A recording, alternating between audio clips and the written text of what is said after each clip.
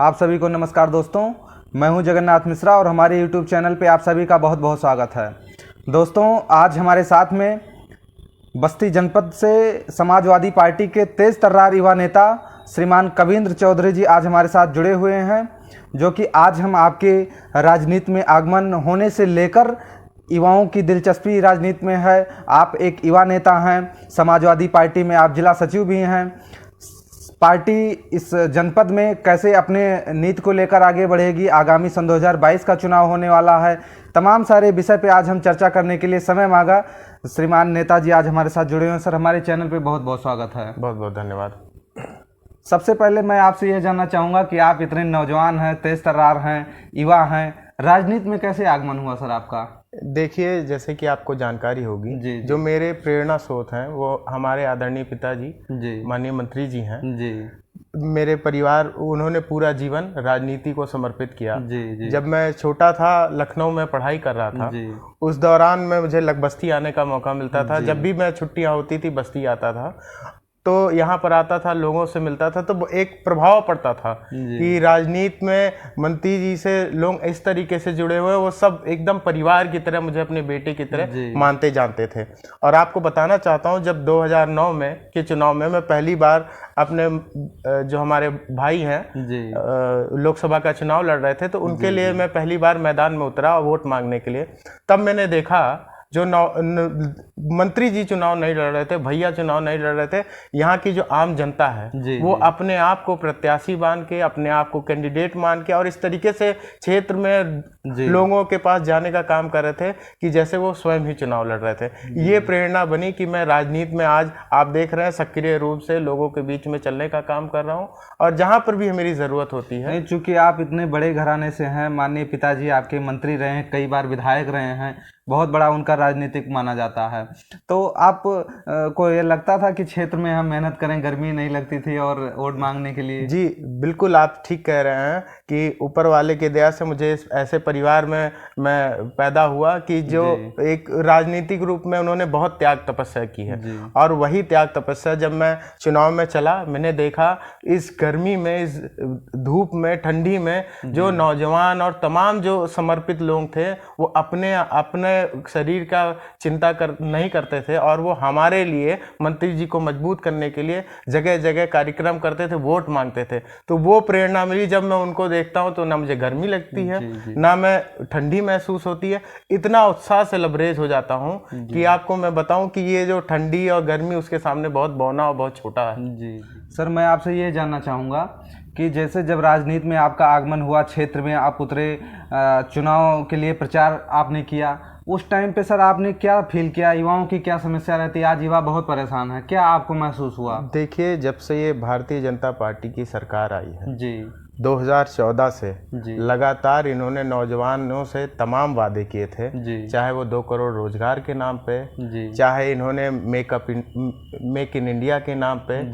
आपने देखा होगा लखनऊ में इतना बड़ा आयोजन किया और तमाम पूरे देश के व्यापारी और पूरे दुनिया से लोग आए, और उन्होंने तमाम बताया कि यहाँ पे फैक्ट्री लगाएंगे। मगर जब वो एनओसी के लिए सरकार में दौड़ते रहे तो तमाम जो आप देख रहे होंगे, तमाम ऐसी भी कंपनियां हैं जो उत्तर प्रदेश छोड़ के चली गई। तो ये सरकार इस मामले में नौजवान पूरी तरीके से नाराज हैं। इन्होंने अपना वादा खिलाफी किया, नौजवानों से तमाम वादे किए और कोई भी वादा पूरा नहीं हुआ। इसलिए आज नौजवान पूरी तरीके से आंदोलित है और आदरणीय अखिलेश यादव जी की तरफ देख रहा है। और मुझे पूरा विश्वास है आने वाले समय में 2012 या 2022 में आदरणीय अखिलेश यादव जी को दोबारा से मुख्यमंत्री बनाने जा रहा है। अभी आपने 12 का जिक्र किया। 12 में माननीय राष्ट्रीय अध्यक्ष जी की आपकी ही सरकार थी। उस टाइम पे उन्होंने कितना विकास किया युवाओं के लिए? आप जो हमारे राष्ट्रीय अध्यक्ष हैं आदरणीय अखिलेश यादव जी 2012 से 2017 तक जब उनको मौका मिला तो उन्होंने तमाम विकास कार्य करके दिखाए। आप देख रहे होंगे, तब उन्होंने नौजवान जो पास होता था 10 और 12 उसको लैपटॉप देने का काम करते थे। आप देख रहे होंगे तमाम लखनऊ में मैं जाता आता हूँ, लखनऊ में आईटी हब बनाने का काम, मेट्रो लाने का काम, एक्सप्रेसवे लाने का काम, तमाम ऐसा नौजवानों के लिए आईटी सिटी, तमाम ऐसे जो नौजवानों के लिए काम आदरणीय अखिलेश यादव जी ने किए थे। और आपको मैं पूरे गर्व के साथ बताना चाहता हूँ, हमारे राष्ट्रीय अध्यक्ष आदरणीय अखिलेश यादव जी, आप अगर उनकी तुलना करेंगे तो वो बहुत ही वेल क्वालिफाइड और उन्होंने बहुत ही बाहर जाके शिक्षा अपनी करी और वो टेक्नोलॉजी से लैस हैं। जी। वो हम आज के दौर में जो आप देखेंगे, तमाम नेताओं को उठा के देखेंगे जो आज मुख्यमंत्री की कुर्सी तक हैं, हो सकता है वो लैपटॉप ना चला पाए। और हमारे आदरणीय अखिलेश यादव जी टेक्नोलॉजी से लैस हैं। वो पूरा लैपटॉप का इस्तेमाल, टेक्नोलॉजी का आपने देखा होगा, डायल 100 अगर लाए, सबसे अच्छी पुलिसिंग की व्यवस्था अगर किसी ने लाई तो आदरणीय अखिलेश यादव जी। क्यों? क्योंकि उन्हें टेक्नोलॉजी का महत्व मालूम है।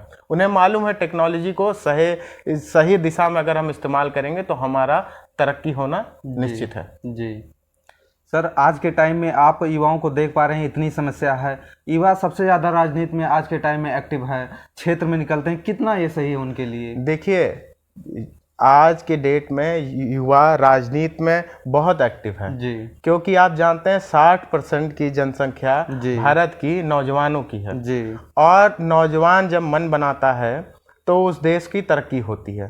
पीछे नौजवानों को सपना दिखाया गया और उनको ठगा गया जी, इसीलिए नौजवान आंदोलित हैं, इसीलिए और भी दुगनी ऊर्जा लगा के, पहले भी लोग, मैं भी नौजवान हूँ, राजनीति में थे, मगर अब जब देखे कि राजनीति एक ऐसी चाबी है जिससे हर ताला खुल सकता है, इसीलिए अपनी शिक्षा को भी, पढ़ाई भी बहुत ज़रूरी है। अपनी पूरी शिक्षा होगा। आजकल के जितने भी नौजवान हैं वो पढ़े लिखे हैं, पढ़े लिखे नौजवान राजनीति में आ रहे हैं। जब पढ़े लिखे लोग राजनीति में आएंगे तो निश्चित रूप से हमारे देश का विकास होगा। मैं आपसे जानना चाहूँगा कि जैसे समाजवादी पार्टी किसान नौजवान यात्रा कर रही है, पूरे जनपद में हो रहा, पूरे प्रदेश में हो रहा है, उत्तर प्रदेश में अलग अलग जनपदों में किया जा रहा है, माननीय मंत्री जी भी हर जनपद में जा रहे हैं, क्या इसका उद्देश्य है? आप देख रहे हैं जैसे कि हमारा नारा है, नौजवान किसान पटेल यात्रा जी। आज आपको मैंने बताया कि नौजवान किस तरीके से आंदोलित है, उसी तरीके से किसानों को भी ठगने का ये काम सरकार ने किया है। सरकार ने तमाम किसानों से वादा किया था कि उनकी आय दुगनी करेंगे, जो उनकी लागत होगी उसको कम करेंगे, मगर इन्होंने जो कहा था सीधे सीधे उसका उल्टा किया। उनकी जो किसानों की लागत होती है उसको दुगना किया और उसकी आय को घटाने का काम किया। उसके साथ साथ अगर आप पटेल, जो किसान नौजवान पटेल यात्रा है, तो आदरणीय नरेश उत्तम पटेल जी के नेतृत्व में मैं आपको पूरा विश्वास दिलाना चाहता हूँ, बता रहा हूँ कि जिस तरीके से अभी बस्ती में हम लोगों ने कार्यक्रम आदरणीय नरेश उत्तम पटेल जी का कराया, जिस तरीके से जन सैलाब निकला, लोग, नौजवान, किसान लोग अपने घर से निकले और सड़कों पे आप देखे होंगे लाखों की संख्या में लोग उतरे। मुझे पूरा विश्वास है पूरे उत्तर प्रदेश का पटेल समाज आदरणीय अखिलेश यादव जी की तरफ देख रहा है और आने वाले समय में उनको अपना मुख्यमंत्री चुनने जा रहा है। सर, सन 2022 में आगामी विधानसभा का चुनाव होने वाला है, क्या रणनीति है इसको लेके, पार्टी कैसे मुकाबला करेगी? देखिए, हमारे जो राष्ट्रीय अध्यक्ष हैं आदरणीय अखिलेश यादव जी ने उन्होंने काम करके दिखाया है जी। एक ऐसी सरकार है जिसने वादे, पीछे भारतीय जनता की पार्टी की सरकार उत्तर प्रदेश के चुनाव में आई थी तो उसने अपना संकल्प पत्र निकाला था, उसमें तमाम वादे किए गए थे, वो हर वादे पे ये सरकार फेल है। इसीलिए आपको मैं बताना चाहता हूँ कि जो किसान, नौजवान, महिला सुरक्षा के नाम पे ये पूरी तरीके से आप देख रहे होंगे आज बलात्कार का स्तर कितना बढ़ गया है। इन्होंने तमाम वादे किए थे महिला सुरक्षा के नाम में, मगर ये पूरी तरीके से हर मामले पे फेल है। इन्होंने, अभी आप देख रहे होंगे कि डेंगू का प्रकोप चल रहा है, तमाम जो नन्हे नौनिहाल हैं उन्होंने अपनी जान गंवा दी। अगर सरकार, माननीय सरकार समय पे सचेत हो गई होती तो बिल्कुल उनकी जान। अभी आपने कहा कि माननीय राष्ट्रीय अध्यक्ष जी ने, आपने इसके पहले जो सरकार थी बहुत विकास किए थे, उन्होंने अगर इतना विकास किया, क्षेत्र की जनता इतना उनसे खुश हुई, तो क्यों उनको हार का सामना करना पड़ा? देखिए, मैं आपको कई बार, मैंने कई मौक़ों पे कहा है, आपको फिर से बताना चाहूँगा, हम लोगों की विफलता रही कि हम अपने राष्ट्रीय अध्यक्ष जी का काम गांव-गांव तक नहीं पहुंचा पाए। हम लोगों ने काम करने पे ध्यान दिया, प्रचार करने पे नहीं ध्यान दिया।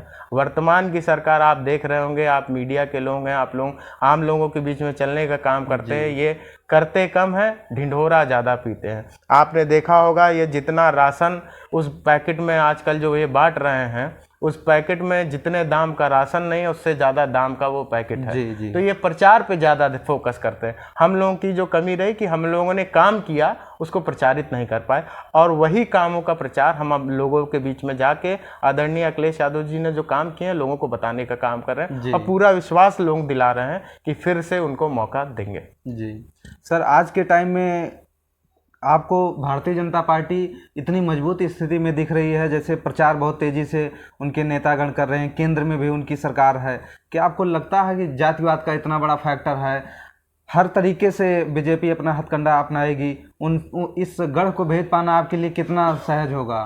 देखिए, आपने जातिवाद का नाम लिया, तो ये जब से भारतीय जनता पार्टी की सरकार आई है, इन्होंने जातिवाद को बहुत बढ़ावा दिया। इन्होंने विधानसभा के चुनाव में कहा कि कुर्मी समाज का मुख्यमंत्री होगा जी, स्वामी प्रसाद मौर्य जी को, तमाम लोगों को इन्होंने मुख्यमंत्री बनाने का वादा किया था जी।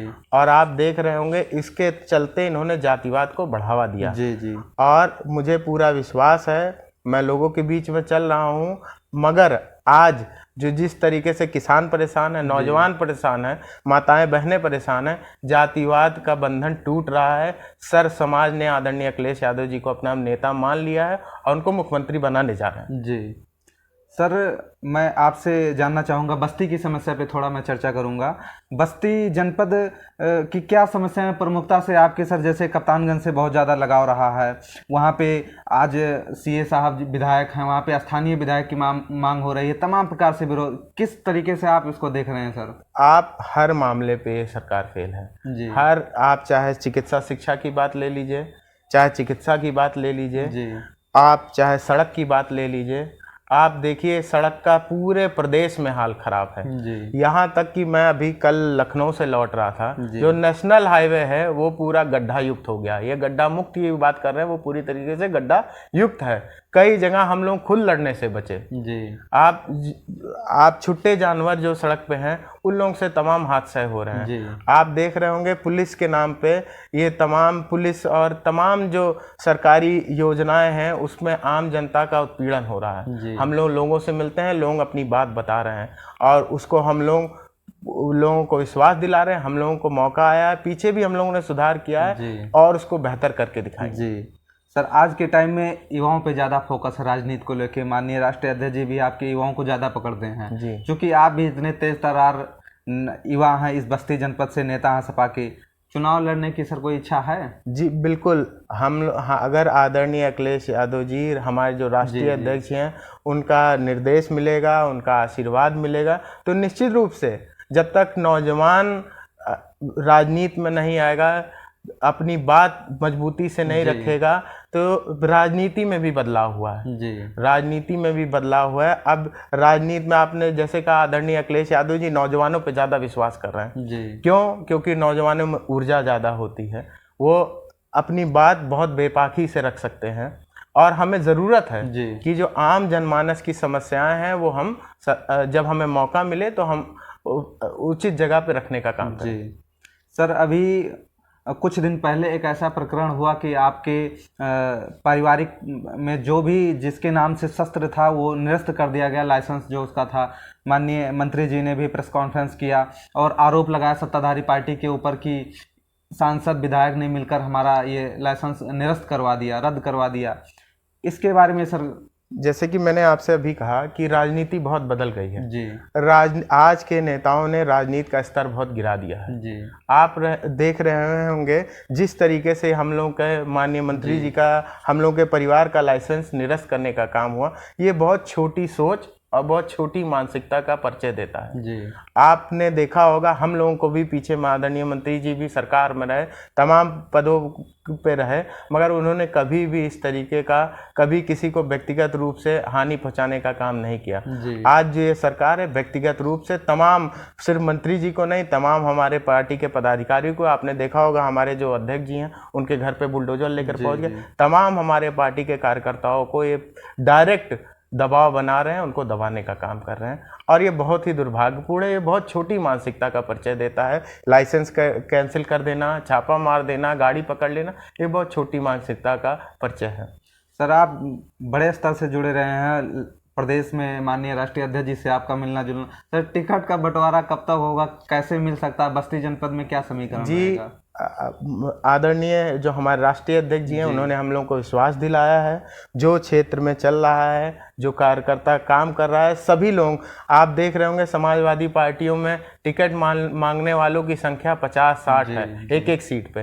क्यों? क्योंकि आम जनमानस में ऐसी चर्चा है कि समाजवादी पार्टी की सरकार बनने जा रही है, इसीलिए। और ये लोकतांत्रिक व्यवस्था है, यहाँ पे हर आदमी को वोट मांगने का अधिकार है। मगर हमारे जो राष्ट्रीय अध्यक्ष जी हैं, जैसे आपने बताया आपको कि वो टेक्नोलॉजी से लैस हैं, वो टेक्नोलॉजी का भी इस्तेमाल करा रहे हैं, तमाम सर्वे भी करा रहे हैं। जहाँ जो लगेगा कि वो जो पात्र कैंडिडेट है, जो लोगों की आवाज़ रखता है, लोगों के बीच में चलने का काम करता है, मुझे पूरा विश्वास है ऐसे लोगों का चुनाव होगा, जिससे हम आने वाले समय में जो हमारा मिशन है, जो हमारे राष्ट्रीय अध्यक्ष जी कहते हैं 400 पार, अगर हमें 400 पार बनाना है तो इसी फॉर्मूले के तहत हम चलेंगे, तो निश्चित रूप से उसको हासिल करने का काम करेंगे।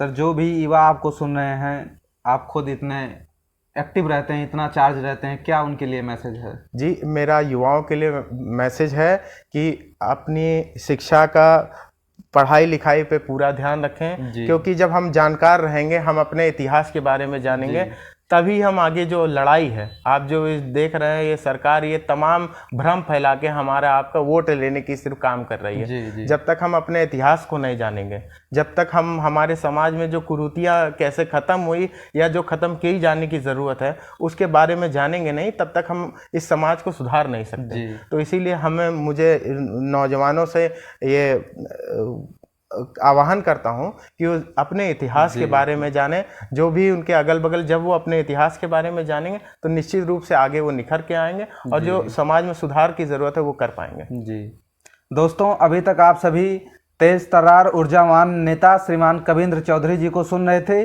जो कि मैंने उनके राजनीति में आगमन से लेकर तमाम सारे प्रश्न किए। पार्टी से रिलेटेड, पार्टी की क्या नीति रहेगी, आगे कैसे चुनाव लड़ेंगे, युवाओं को किस तरीके से रोजगार मिलेगा, किस तरीके से युवाओं के ऊपर फोकस किया जाएगा, मैंने तमाम सारा क्वेश्चन किया, आप सभी ने सुना। इस इंटरव्यू का सार इतना निकलता है कि अगर आपको नेता बनना है, आप पढ़ाई करिए, उसके बाद में आप राजनीति में भी आपका स्वागत है, आप क्षेत्र में उतरिए और अच्छी तरीके से आप राजनीति जब करेंगे, जैसे आप माननीय नेताजी को देख रहे हैं कि आपने बताया कि जब एक युवा क्षेत्र में उतरेगा, राजनीति करेगा, तभी पढ़ा लिखा रहेगा, तभी हमारे क्षेत्र का विकास होगा, हमारे देश का विकास होगा।